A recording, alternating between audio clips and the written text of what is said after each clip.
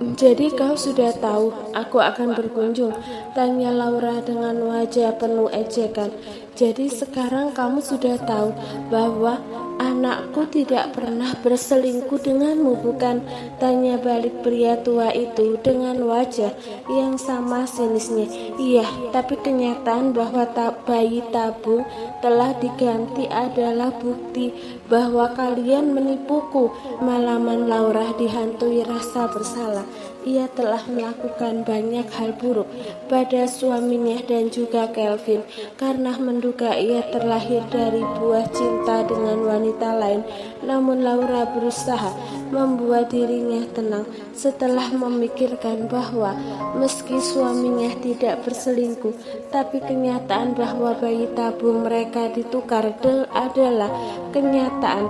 Suamimu juga tidak tahu pada awalnya, tapi semua adalah rencanaku untuk menggunakan sel telur wanita lain. Wajah Laura menegang, dua tangannya mengepal dengan erat. Tidak mungkin, kamu pasti hanya ingin melindungi nama baik putramu. Lelaki tua itu kemudian melempar sebuah surat ke arah Laura. Wanita itu mengambilnya dan membuka surat itu. Ia bisa mengenali tulisan tangan suaminya dengan jelas. Hai, aku adalah ayah bayi di perutmu. Bagaimana kabarmu? Apakah bayi itu merepotkanmu? Maaf, aku tidak bisa menemuimu secara langsung karena akan lebih baik bahwa kita tidak saling mengenal. Tapi terima kasih telah bersedia mengandung anakku dan istriku. Aku harap kamu tidak akan merasa bersedih dan kehilangan ketika kami mengambil anak itu begitu lahir. Terima kasih telah menjaga anak kami selama 9 bulan. Aku berjanji akan memberikan imbalan yang bisa membuatmu hidup dengan nyaman setelah ini. Aku akan selalu berterima kasih dan berdoa untuk kebahagiaanmu. Tangan Laura gemetar setelah membaca tulisan tangan suaminya yang ditujukan oleh wanita yang menyewakan rahim untuk mereka. Putraku juga baru mengetahui tentang itu setelah Kelvin lahir. Ia mencecarku dan menyalahkanku, tapi ia tidak bisa mengatakan yang sejujurnya padamu karena ini melibatkanku. Tapi kenapa? Apa istimewanya wanita itu sampai kamu menginginkan gennya dan membuang milikku, bahkan menipu anakmu? Tanya Laura dengan putus asa. Pria tua itu memberikan laporan medis dari 3 rumah sakit pada Laura. Itu adalah laporan tentang dirinya. Di dalamnya, ia dinyatakan memiliki masalah pada sel telurnya dan divonis mandul. Kaki Laura lemas. Ia jatuh ke tanah dengan menggelengkan kepalanya. Tidak, ini tidak mungkin, katanya dengan putus asa. Jika kamu tidak percaya, kamu bisa melakukan pemeriksaan sendiri ke rumah sakit manapun. Pria tua itu lalu melanjutkan, putraku adalah anakku satu-satunya. Aku tidak mungkin membiarkan garis keturunanku berakhir darinya. Aku memutuskan sendiri agar dokter menggunakan sel telur ibu pengganti itu. Jika aku menanyakan pendapat putraku, maka itu akan keberatan dan menjadi perdebatan panjang yang akan lama berakhir. Laura mencengkram rumput di tanah dengan erat.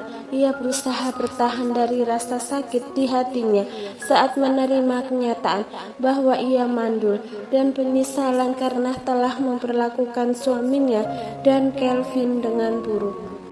Laura keluar gerbang dengan keadaan linglung. Kakinya terasa lemas dan air mata terus keluar dari pelupuk matanya. Dulu setelah ia mengetahui bahwa Kelvin bukan anaknya, ia selalu terlibat pertengkaran dengan suaminya. Ia bahkan ingin membuat suaminya memiliki penyakit mental sama dengan apa yang ia lakukan dengan Kelvin. Mobil melesat pergi. Tak lama setelah itu kakek Kelvin juga keluar dari villa. Mereka sama sekali tak menyadari ada taksi di pinggir jalan yang mengamati rumah itu sejak tadi.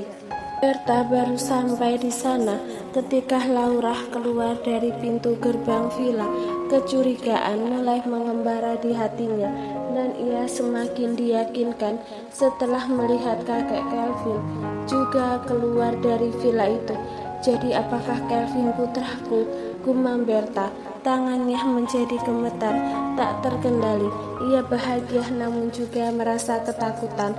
Sopir taksi melihat berapa pucat penumpang di belakangnya dan mulai khawatir. Nyonya, apakah kamu baik-baik saja? Apakah aku perlu mengantarmu ke rumah sakit? Tidak, tolong mulai mengemudi lagi. Bertah melamun sepanjang perjalanan. Ia mulai mendapatkan petunjuk samar dari bagaimana cara Laura memperlakukan Kelvin. Hal itu membuatnya semakin yakin bahwa Kelvin kemungkinan besar adalah putranya sendiri. Tapi ia masih memerlukan bukti untuk mengkonfirmasi semua itu. Laura sedang berada di belakang kemudi mobil selama beberapa jam. Ia memarkirkan mobil itu di pinggir jalan sejak tadi. Dari siang hari hingga langit hampir gelap, matanya sembab setelah menangis dalam waktu yang lama. Ponselnya tiba-tiba berdering oleh panggilan temannya Felisa. Mereka sebenarnya memiliki janji temu dengan teman lain.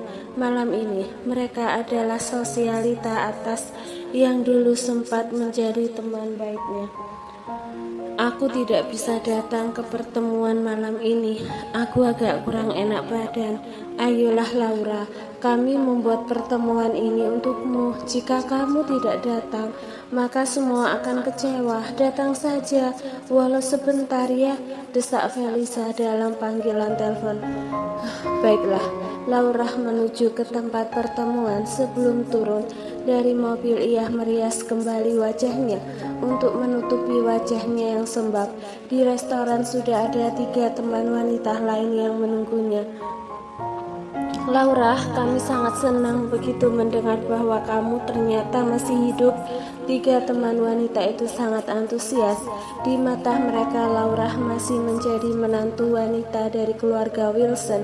Meski suaminya telah meninggal, memiliki hubungan yang dekat dengannya akan memiliki banyak manfaat dengan bisnis keluarga. Bagaimanapun putranya, Kelvin pasti akan mendengarkan ibunya. Laura, perawatan apa yang kamu lakukan? Kenapa kamu masih tak berubah seperti terakhir kali kita bertemu dulu? Puji Felisa.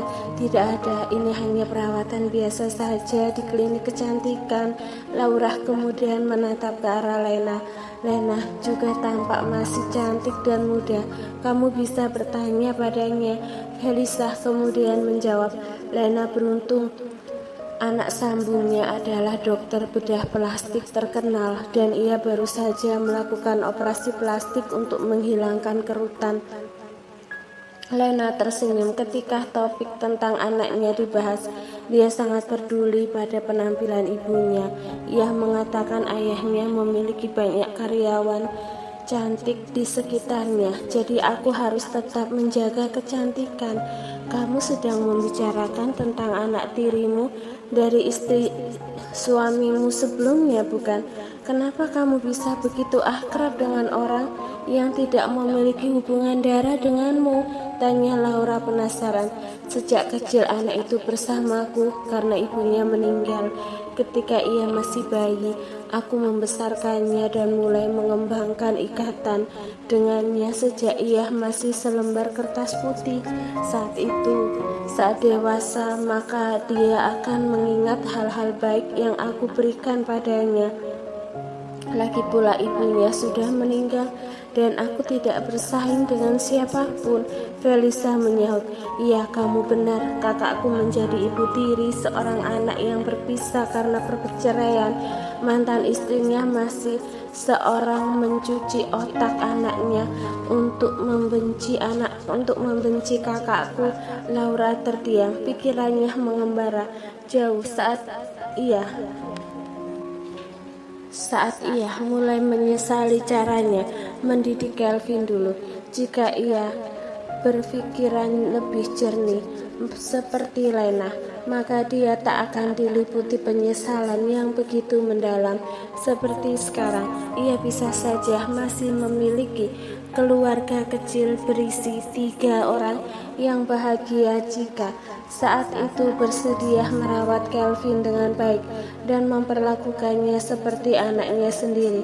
Tapi sekarang ia telah kehilangan suaminya dan ia ingin menebus rasa bersalahnya dengan memperbaiki hubungannya dengan Kelvin. Kelvin masih sedikit marah padaku karena aku pergi begitu saja dan meninggalkannya. Apakah kalian punya ide agar aku memperbaiki hubungan dengannya? Pertanyaan Laura membuat 3 teman wanitanya tertegun. Mereka berpikir untuk beberapa saat.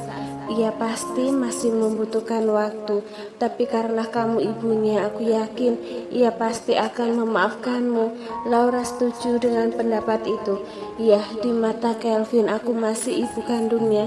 Pria tua itu pasti tak akan berani mengatakan pada Kelvin kebenarannya, karena jika identitasnya terkuak, maka itu akan menimbulkan banyak masalah.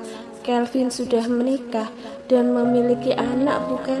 Coba saja mendapatkan perhatiannya dengan menunjukkan ketulusanmu pada anaknya. Apa yang harus aku lakukan? Cara terbaik untuk mendapatkan hati seorang anak adalah dengan memberinya hadiah dan mengajaknya bermain. Laura berdiri dari tempat duduknya dengan semangat baru. Terima kasih sarannya. Aku akan pergi ke toko mainan anak untuk mendapatkan hadiah untuk cucuku. Sementara itu, di taman rumah keluarga besar Kelvin, Elisa sedang duduk dengan Lily. Berta sudah datang sejak 1 jam lalu.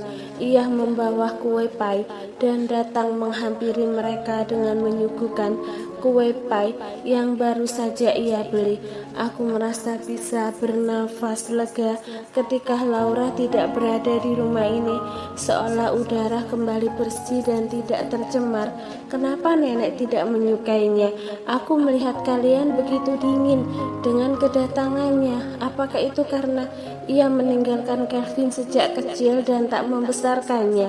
Elisa hanya bisa menemukan alasan itu di balik sikap dingin keluarga Kelvin pada Laura. Ia bahkan juga merasa kasihan pada Kelvin karena Laura memilih pergi begitu ayahnya meninggal hingga Kelvin harus berjuang hidup sendiri dan seolah menjadi yatim piatu. Jika hanya karena alasan itu, mungkin aku tak akan sebenci ini dengannya. Nyatanya ia memiliki lebih banyak kekejaman pada cucuku sebelum kami usir. Nek, sebenarnya apa yang terjadi? Berta yang baru saja mengantar pai di depan meja. Mereka merasa tidak pada tempatnya jika ia terus berada di sini, tapi ia juga ingin tahu lebih banyak. Aku akan pergi jika kalian berbicara hal penting. Tidak perlu. Kamu bukan orang luar dan telah menjaga Efraim bahkan ketika ia masih bayi. Berta diam-diam merasa lega. Ia juga penasaran untuk mengetahui apa yang terjadi. Lily menggenggam telapak tangan Elisa dan mengusapnya. Berjanjilah kamu tak akan meninggalkan Kelvin. Jika aku mengatakan yang sebenarnya, dia tidak akan bisa menahan perpisahan lagi. Apakah kamu bersedia? Elisa menggeleng. Selagi Kelvin tidak mengkhianati pernikahan dan tidak melakukan kekerasan dalam rumah tangga, semua masih bisa dinegosiasikan kecuali kedua hal tadi. Karena itu adalah garis bawahku. Lily tersenyum. Dia tidak akan pernah melakukan hal itu. Sekarang bisakah nenek menceritakan konflik apa yang terjadi di antara mereka? Lily menarik nafas dalam. Sebenarnya Kelvin dididik dengan cara yang kejam oleh Laura. Ia diam-diam mencuci otak Kelvin dengan kebenciannya. Sampai suatu hari kami menyadari bahwa Kelvin mulai kehilangan kendali saat kami membawanya ke psikolog. Dokter itu bahkan mengatakan bahwa Kelvin mengalami masalah mental dan membutuhkan perawatan. Kemudian kami mengetahui bahwa itu adalah ulah Laura. Aku segera mengusirnya. Setelah itu, lebih baik aku kehilangan menantu gila sepertinya yang jahat pada anaknya sendiri daripada menghancurkan Kelvin. Hati Elisa berdenyut dengan rasa sakit ketika membayangkan betapa kelam kehidupan Kelvin saat itu hingga ia harus mengalami penyakit mental. Kenapa Laura melakukan hal itu pada anaknya sendiri?